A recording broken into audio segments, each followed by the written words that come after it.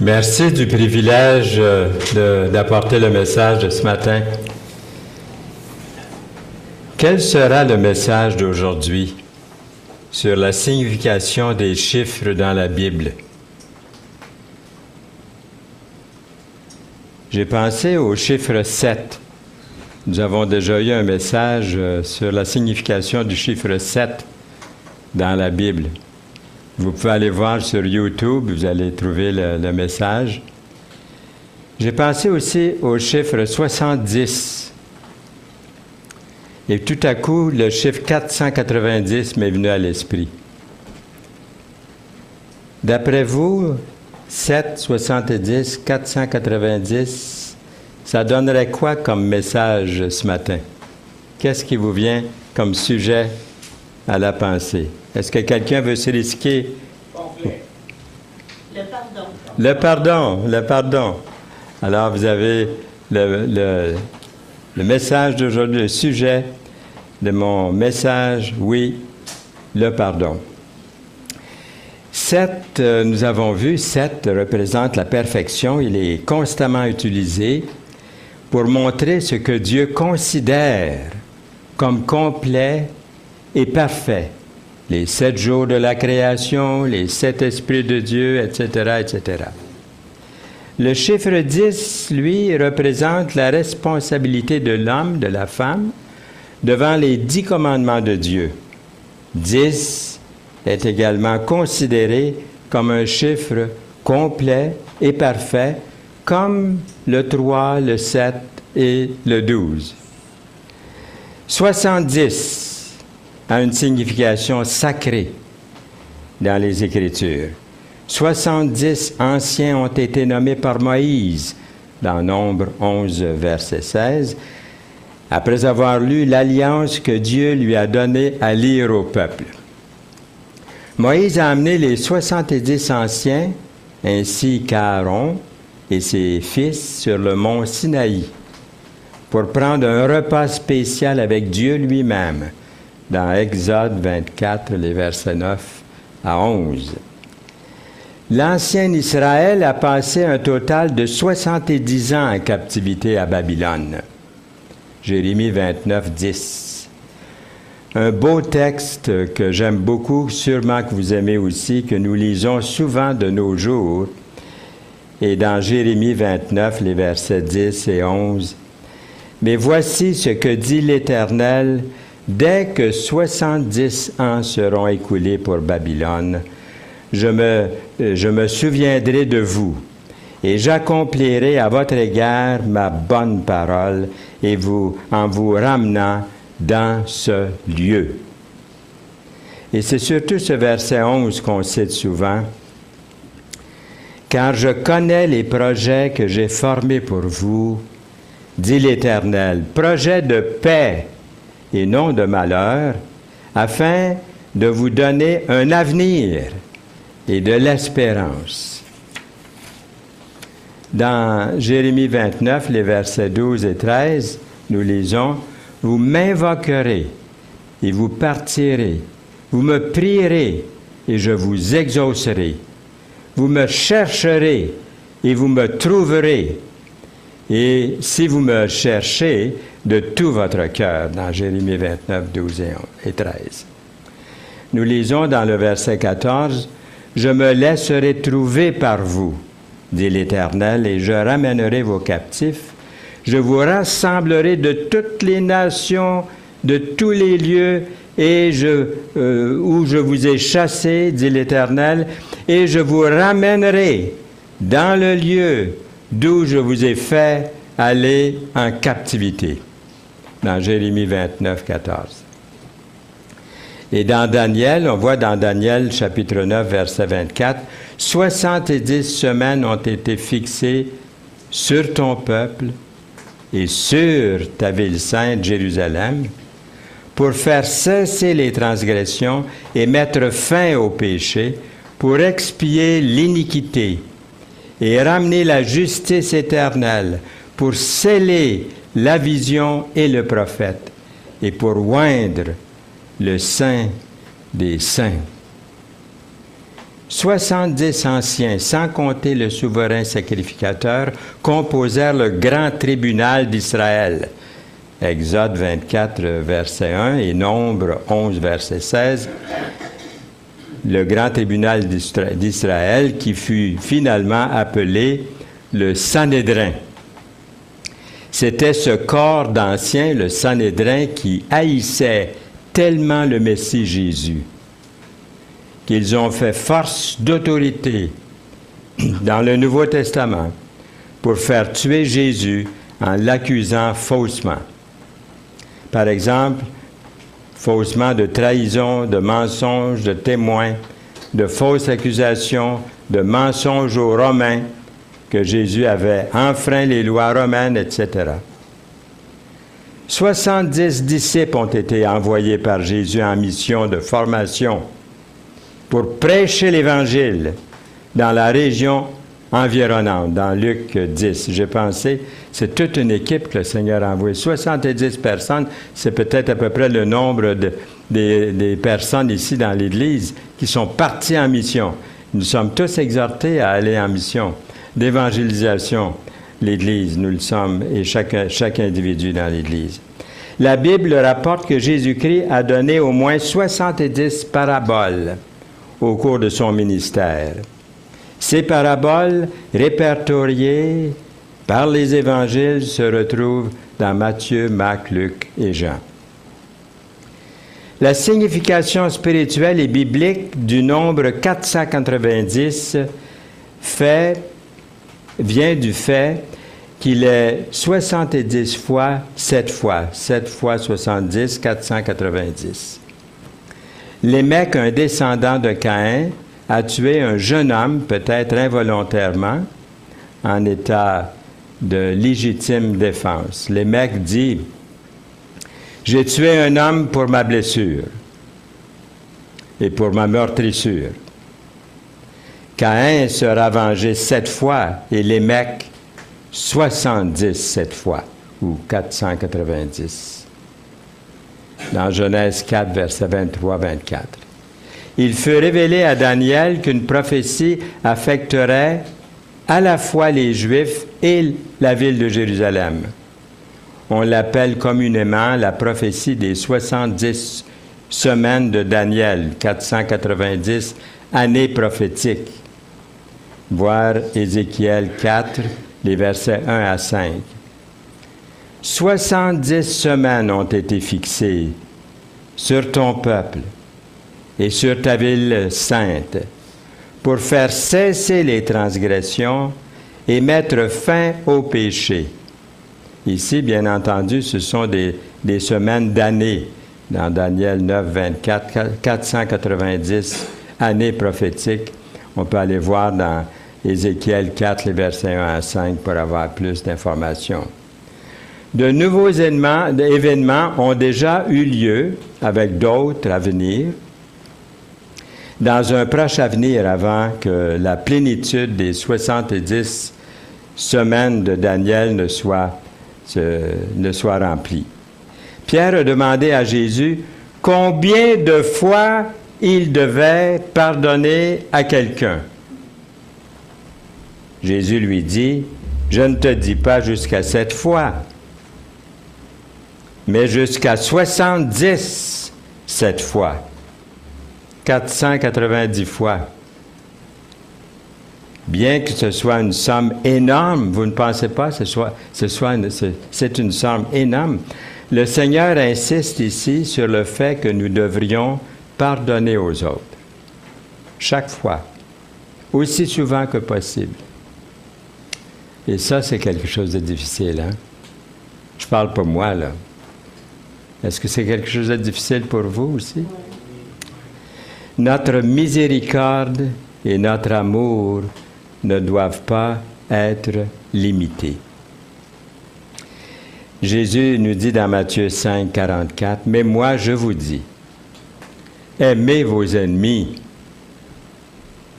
bénissez ceux qui vous maudissent, faites du bien à ceux qui vous haïssent, et priez pour ceux qui vous maltraitent. » et qui vous persécutent. C'est un des versets que j'avais lu avant ma conversion. Et ça m'avait frappé, de prier pour ceux qui nous persécutent. Puis, mes parents venaient juste de se convertir à l'Évangile, puis je voyais des persécutions, la famille qui les persécutait. Alors ce verset m'a parlé à ce moment-là, et je continuais à lire les versets que mon père avait soulignés dans sa Bible. J'ai accepté Jésus comme mon sauveur. Afin que vous soyez fils de votre Père qui est dans les cieux, car il fait lever son soleil sur les méchants et sur les bons. Il fait pleuvoir sur les justes et sur les injustes. Matthieu 5, 45. Si vous aimez ceux qui vous aiment, quelle récompense méritez-vous, dit Jésus? Les publicains n'agissent-ils pas de même?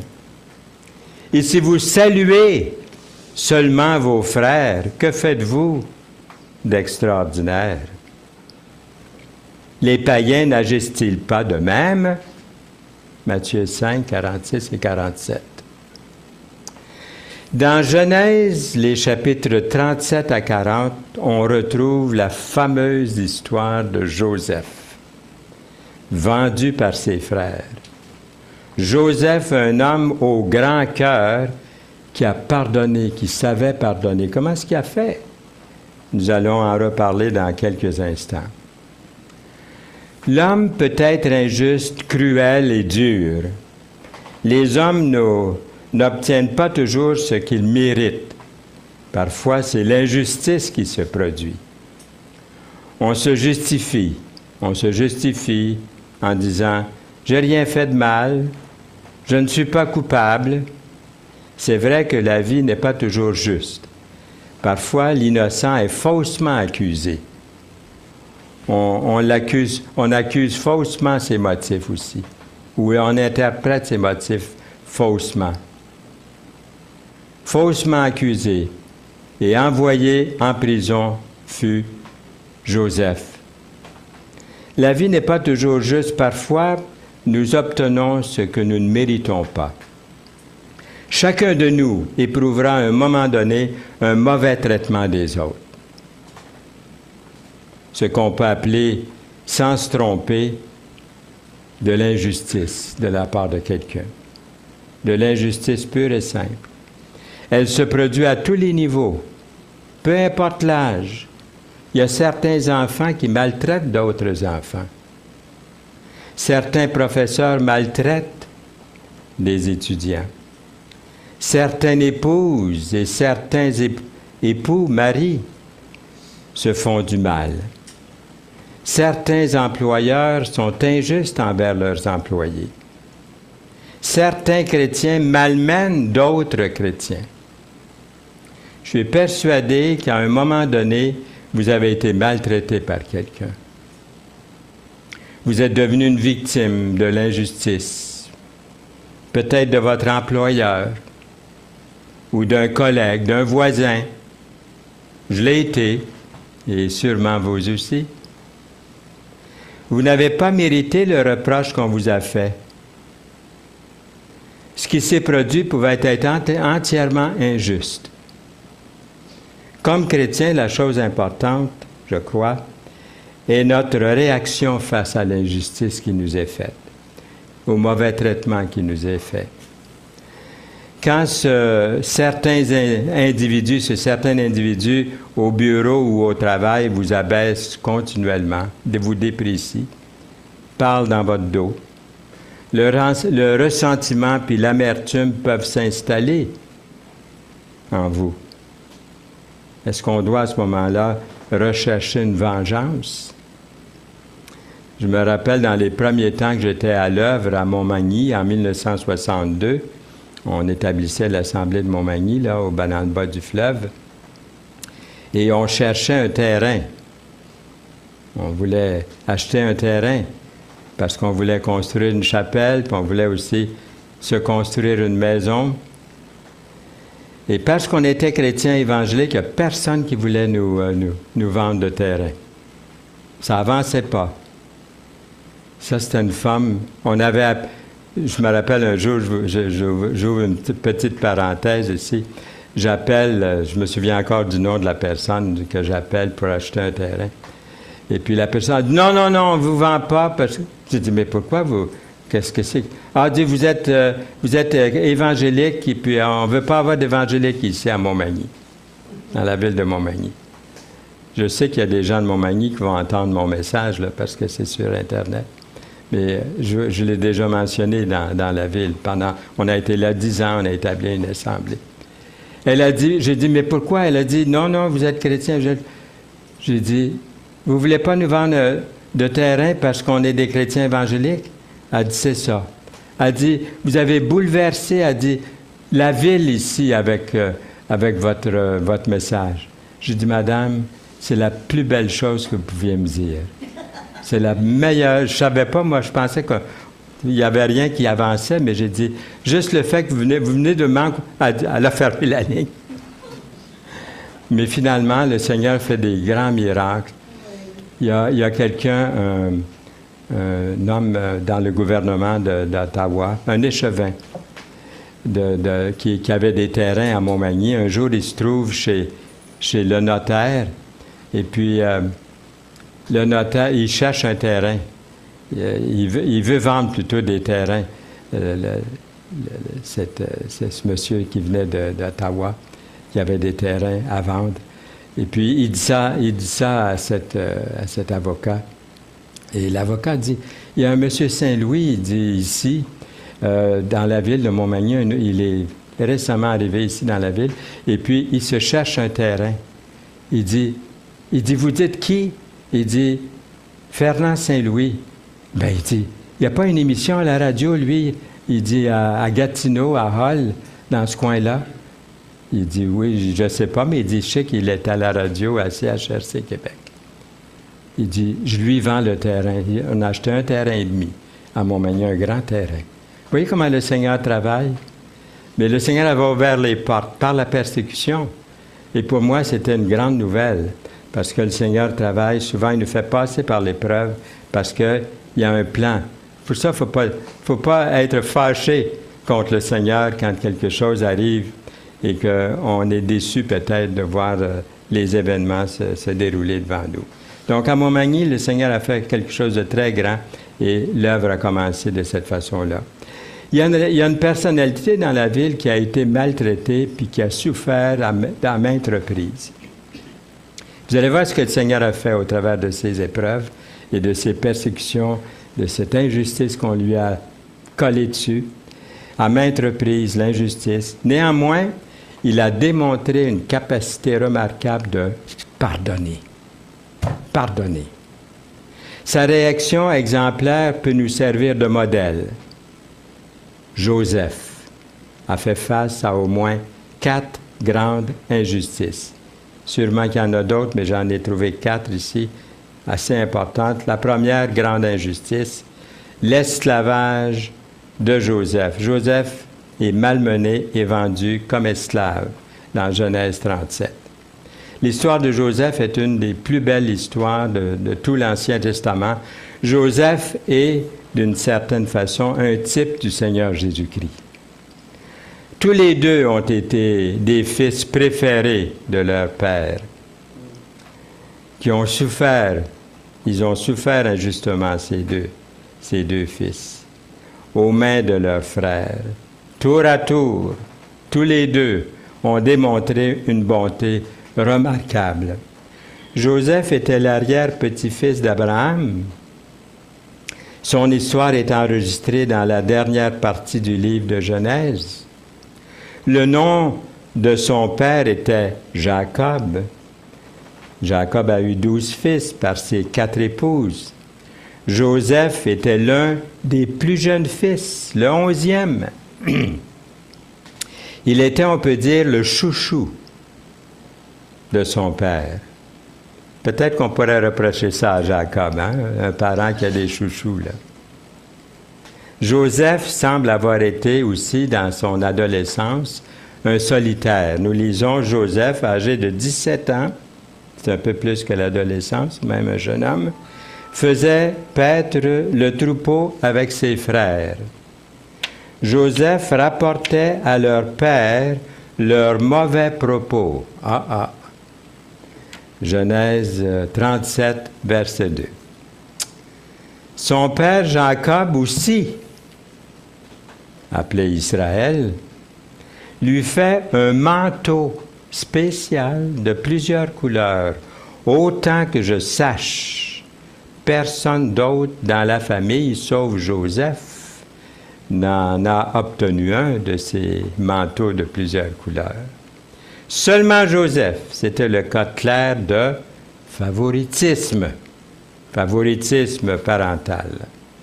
En fait, cette longue robe multicolore a pu avoir été un signe de suprématie. Ce vêtement pouvait être aussi un signe plaçant dans une catégorie à part Joseph comme celui qui ne devait pas travailler aux mêmes choses que ses frères.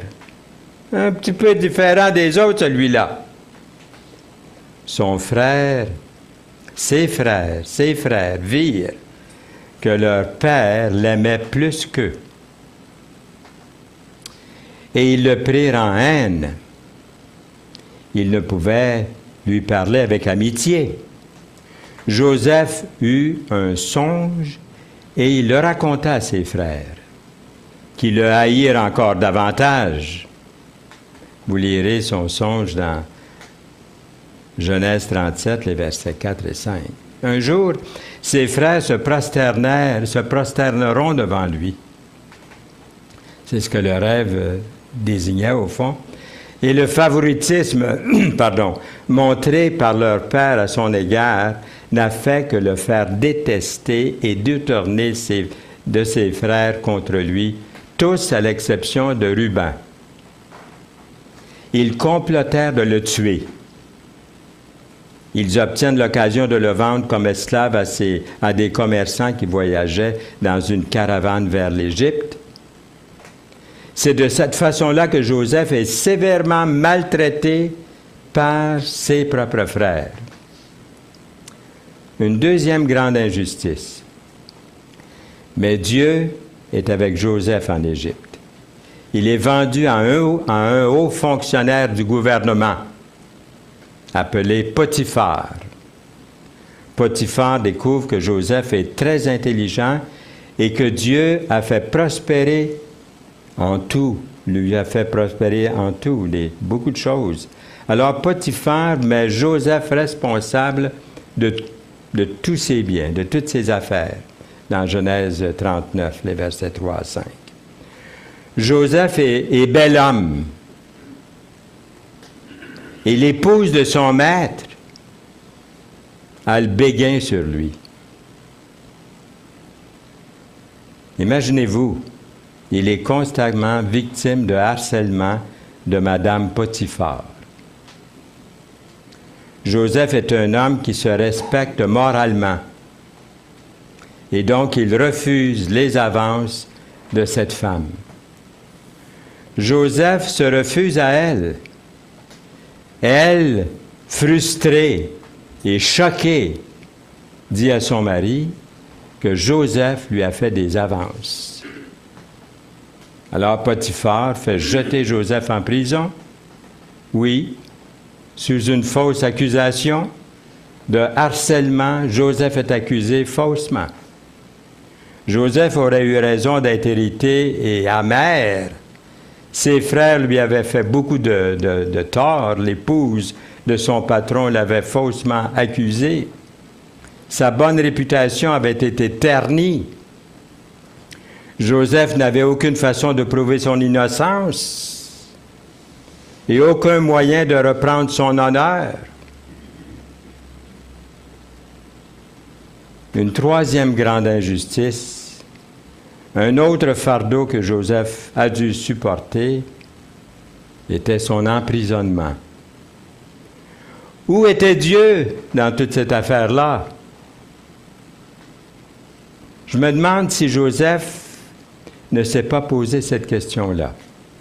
Où est Dieu pour me m'arriver ce qui m'arrive là. Moi qui aime Dieu, qui prie Dieu.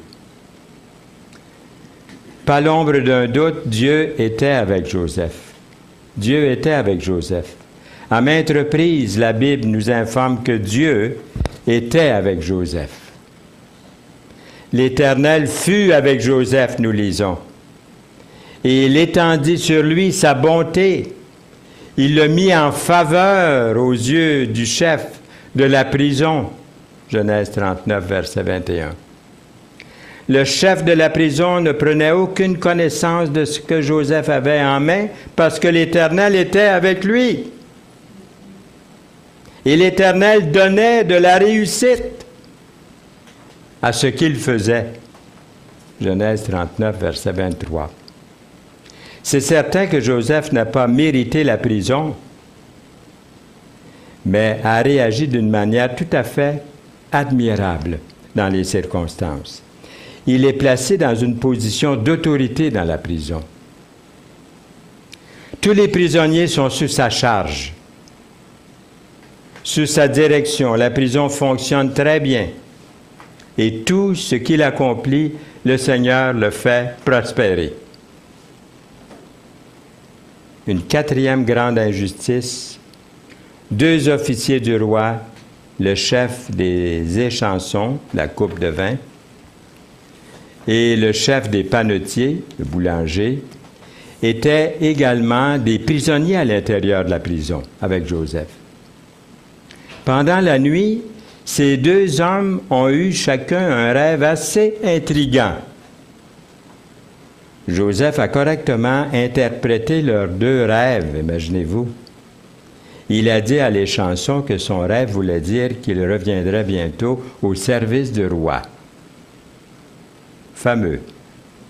Il a dit au boulanger en chef, au panetier, que son rêve signifiait, malheureusement, qu'il serait bientôt pendu à un arbre et sa chair mangée par les oiseaux. Les 2 rêves se sont réalisés à la lettre, comme Joseph l'avait interprété, les avait interprétés. Joseph demande une faveur à l'échanson. « Souviens-toi de moi quand tu seras heureux. Et montre, je te prie, de la bonté à mon égard. Parle en ma faveur à Pharaon et fais-moi sortir de cette maison. » Genèse 40, verset 14.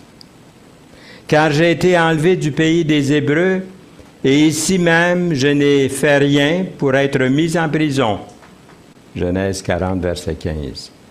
Le chef des échansons ne pensa plus à Joseph, il l'oublia. Genèse 40, verset 23. Joseph a été oublié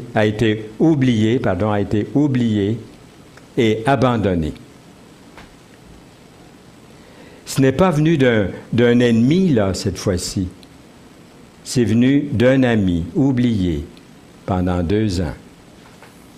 Joseph a eu toutes les raisons du monde pour être désillusionné, irrité, amer, fâché, enragé. Il a souffert de mauvais traitements aux mains de ses frères. Il a souffert de fausses accusations par ceux en position d'autorité. Il a souffert l'emprisonnement injustement et l'abandon de ses amis. Il a souffert à maintes reprises l'injustice. Et c'était un homme comme vous et moi, là, de même nature que nous, Joseph. Pourtant, Joseph était un croyant qui est devenu un type du Seigneur Jésus-Christ. Comme notre Seigneur, Joseph a choisi de pardonner plutôt que de tenir rancune. Nous retrouvons Joseph qui pardonne à ses frères. Jésus, maltraité et terriblement abusé par son peuple et les soldats romains, sur la croix, Jésus s'est écrié, « Père, pardonne-leur, car ils ne savent ce qu'ils font. » Luc 23, 34. Qu'est-ce qu'on peut dire de tout ça? Que dire de nous? Que dire de moi? De vous? Quelle application pouvons-nous en retirer? Est-ce que je maintiens une rancune? Est-ce que j'héberge en moi du ressentiment, de la haine? C'est triste qu'il peut arriver que même dans une bonne église, dans une bonne assemblée, de trouver des individus qui ne se parlent pas beaucoup ou qui ne se parlent pas du tout. Également douloureux dans les familles qui ne se parlent plus. Combien de familles je connais, malheureusement, qui évitent le contact avec un frère, une sœur, un père, une mère, un parent. Notre Seigneur a certainement eu de bonnes raisons de ne pas pardonner alors qu'il était suspendu sur cette croix. Cependant, il a offert son pardon. Il vous a offert son pardon. À vous, à moi. Il a offert son pardon. Le pardon est une décision prise dans le cœur. Jésus a décidé de vous pardonner. Pardonner n'est pas nécessairement oublier. Il y a un slogan que vous avez entendu souvent aussi, ou aussi souvent que je l'ai entendu. Pardonner, c'est oublier. Je ne suis pas d'accord avec ce slogan-là. Le pardon et l'oubli doivent-ils obligatoirement être reliés entre eux? Joseph n'a jamais oublié comment ses frères l'ont maltraité. Ils l'ont vendu comme esclave. Mais il leur a pardonné. Il n'a pas oublié, mais il leur a pardonné. Il y a une différence. La mémoire est toujours là. Regardez bien. Dieu, lui, lorsqu'il pardonne, il oublie. C'est la différence entre Dieu et moi et vous. Lui, il oublie. C'est pas merveilleux, ça? S'il vous pardonne vos péchés, il les oublie. Ce que moi, je ne peux pas faire quand quelqu'un me fait mal, me fait tort, est injuste envers moi, me méprise, ou parle dans mon dos, m'accuse faussement. J'oublierai pas à cause de la mémoire. En vieillissant, on dit qu'on la perd un peu. Peut-être je vais en perdre un peu. Mais la mémoire est là, on n'oublie pas. Mais qu'est-ce qu'on fait? On pardonne. On pardonne. Et Dieu, lui, il va oublier ce que vous lui avez fait. Les péchés contre eux. C'est pas merveilleux? Dans votre cœur, criez-lui, « Gloire à toi, mon Dieu, merci! » Quel Dieu est semblable à toi, qui pardonne l'iniquité, qui oublie les péchés? Dieu reste de ton héritage, hein, qui oublie les péchés. Dieu reste de ton héritage. Il ne garde pas sa colère à toujours, car il prend plaisir à la miséricorde. Il aura encore compassion de nous. Il mettra sous ses pieds nos iniquités. Tu jetteras au fond de la mer tous leurs péchés. Michée 7, 19. Le verset avant, c'était Michée 7, 18. Le pardon n'est pas un désaveu. Le pardon n'est pas un désaveu du mal que quelqu'un vous aurait infligé. Non, pas du tout. Le pardon n'est pas l'approbation. Quand vous pardonnez, ce n'est pas un désaveu, puis ce n'est pas l'approbation de ce qui nous a été fait injustement. Pardonner, ce n'est pas ça, ce n'est pas un désaveu, ce n'est pas l'approbation. Joseph n'a jamais approuvé les avances que lui avait faites l'épouse de Potiphar. Il n'a jamais cédé, je crois, de tout mon cœur, que Joseph lui a pardonné. Joseph a pardonné sans oublier, mais il a pardonné. Il n'a gardé aucune volonté de leur faire du mal, de se venger, de leur reprocher ce qu'ils ont fait d'injuste envers lui. C'est ça, pardonner. C'est pas de revenir puis de ramoner puis de radoter ce que la personne a fait de mal. Il n'a gardé aucune liste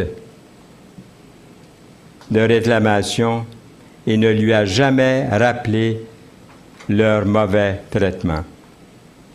Vous pouvez pardonner à la personne qui parle dans votre dos sans pour cela approuver le bavardage.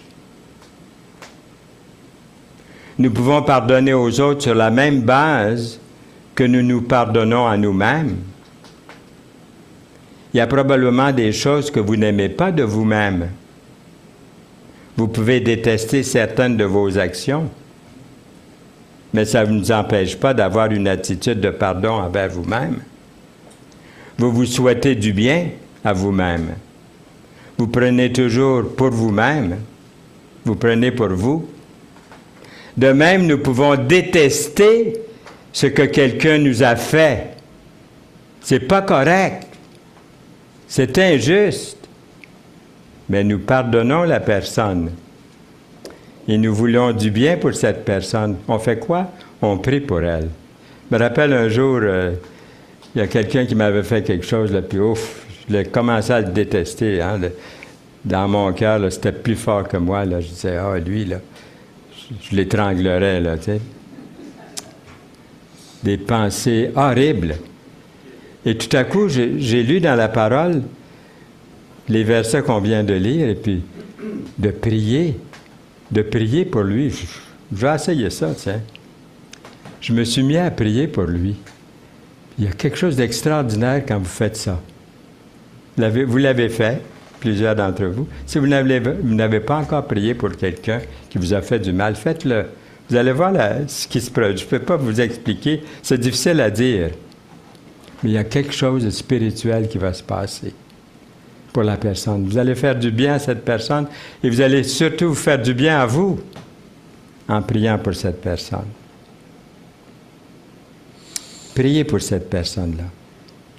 Vous lui voulez du bien en priant pour elle. Il est écrit dans Matthieu 22, versets 37 et 38, « Tu aimeras le Seigneur ton Dieu de tout ton cœur, de toute ton âme et de toute ta pensée. » C'est le premier et le plus grand commandement. Et voici le second, qui lui est semblable. Tu aimeras ton prochain comme toi-même. Dieu veut que nous soyons libres des émotions de l'amertume et du ressentiment. Il veut que nous soyons libres de nos péchés et que nous devenions une nouvelle personne, une nouvelle créature dans le Seigneur Jésus-Christ. Il désire nous donner un nouveau début, repartir à zéro avec lui. Dieu nous a envoyé son Fils mourir pour nos péchés, nous pardonner, nous purifier, nous laver, nous donner une nouvelle vie de sorte qu'il nous garantit son pardon éternel. Il l'oublie. Il l'oublie. Il vous a pardonné. Mais Dieu qui est riche en miséricorde, à cause du grand amour dont il nous a aimés, nous qui étions morts dans nos offenses, nous a rendus vivants avec Christ. C'est par grâce que vous êtes sauvés. Éphésiens 2, 4 et 5. Dieu, par l'entremise du Seigneur Jésus-Christ, vous offre un nouveau départ. Quelle est votre décision? Quelle est votre décision? Voulez-vous ce nouveau départ? Qu'est-ce que vous allez faire pour ce nouveau départ? Vous en avez entendu assez pour savoir quoi faire. Venez à lui sincèrement. Amen. Amen. Seigneur, merci pour ta parole. Merci pour l'invitation que tu nous donnes après ce pardon infaillible, ce sceau, Seigneur, que tu mets dans notre esprit, le sceau du Saint-Esprit, le Saint-Esprit qui vient habiter en nous. Et Seigneur, nous voulons te remercier pour Jésus-Christ, qui a tout fait et qui a pardonné et oublié nos fautes, nos péchés. Nous te louons, nous te bénissons au nom de Jésus-Christ. Amen.